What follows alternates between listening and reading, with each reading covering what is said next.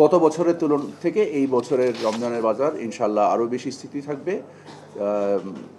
বলে আমাদের বিশ্বাস। আমরা উৎপাদন এবং আমদানির যে বিশ্লেষণ দেখেছি, বাংলাদেশ কেন্দ্রীয় ব্যাংকের যে ডেটা আমরা পর্যালোচনা করেছি, আমরা দেখেছি গড় আমদানির তৈরি হয়েছে গত বছরের থেকেও প্রায় 40% বেশি, যদি সামগ্রিকতার বিবেচনায় আমরা জিনিসগুলোকে দেখি। অতএব এবং বাজারের মূল্য স্থিতিশীল থেকে নিম্নগামী, তো আমরা এক্সপেক্ট করি যে ইনশাল্লাহ বাজার স্থিতিশীল থাকবে। বাণিজ্য মন্ত্রণালয়ের পক্ষ থেকে আমরা নিজেদের বাজার মনিটরিং ব্যবস্থা তো সবসময় চালু আছে, এটা প্রতিদিনই করা হয়। তাছাড়া ভোক্তা অধিকারের তরফ থেকে যে পদক্ষেপগুলো নেওয়া হয়, সেই পদক্ষেপ রমজান কেন্দ্রিক এই পদক্ষেপকে আরও রিইনফোর্স করা হয়, আরও জোরদার করা হয় এবং এই বছরও তাই করা হবে। আচ্ছা, আপনারা নিশ্চয়ই জানেন যে 2008 সালে যখন শেখ হাসিনা ক্ষমতা আয়িত হন, তখন আমাদের আন্তর্জাতিক দেনা ছিল 2 লক্ষ কোটি টাকা।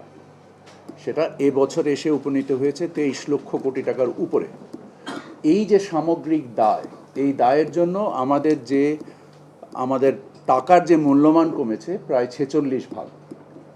তো আপনি যদি দেখেন যে ওই 46 ভাগ মূল্য, আমি সবসময় যে কথাটা বলি যে আমাদের ব্যয় বা বিনিয়োগ হতে হবে, যে আমার ব্যয়ের উদ্বৃত্ত তৈরি করতে হবে।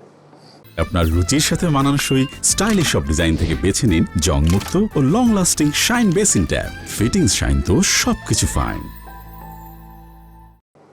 এবং আমরা এই ঋণ ভিত্তিক যে ব্যয়গুলো করেছি, তা আমার আয় তৈরি করতে পারেনি।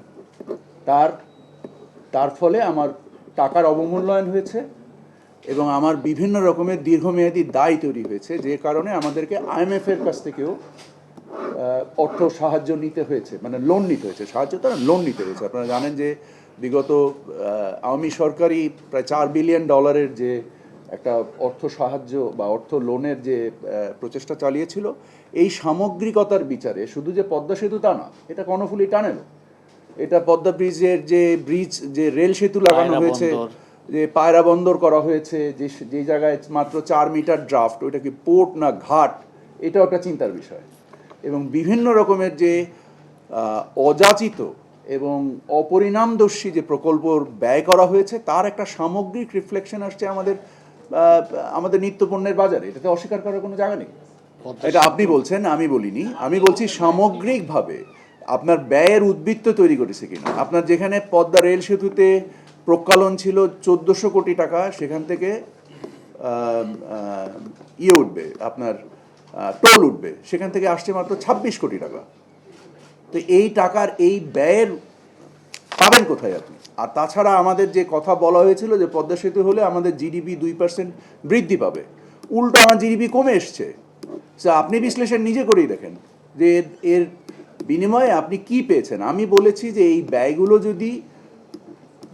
যদি আমরা ইরিগেশনে করতে পারতাম, যদি আমরা আমাদের লোকাল ফার্টিলাইজার প্রোডাকশনে করতে পারতাম, আমরা কত লক্ষ কোটি টাকা বিদেশ থেকে সার কিনে নিয়ে আসি।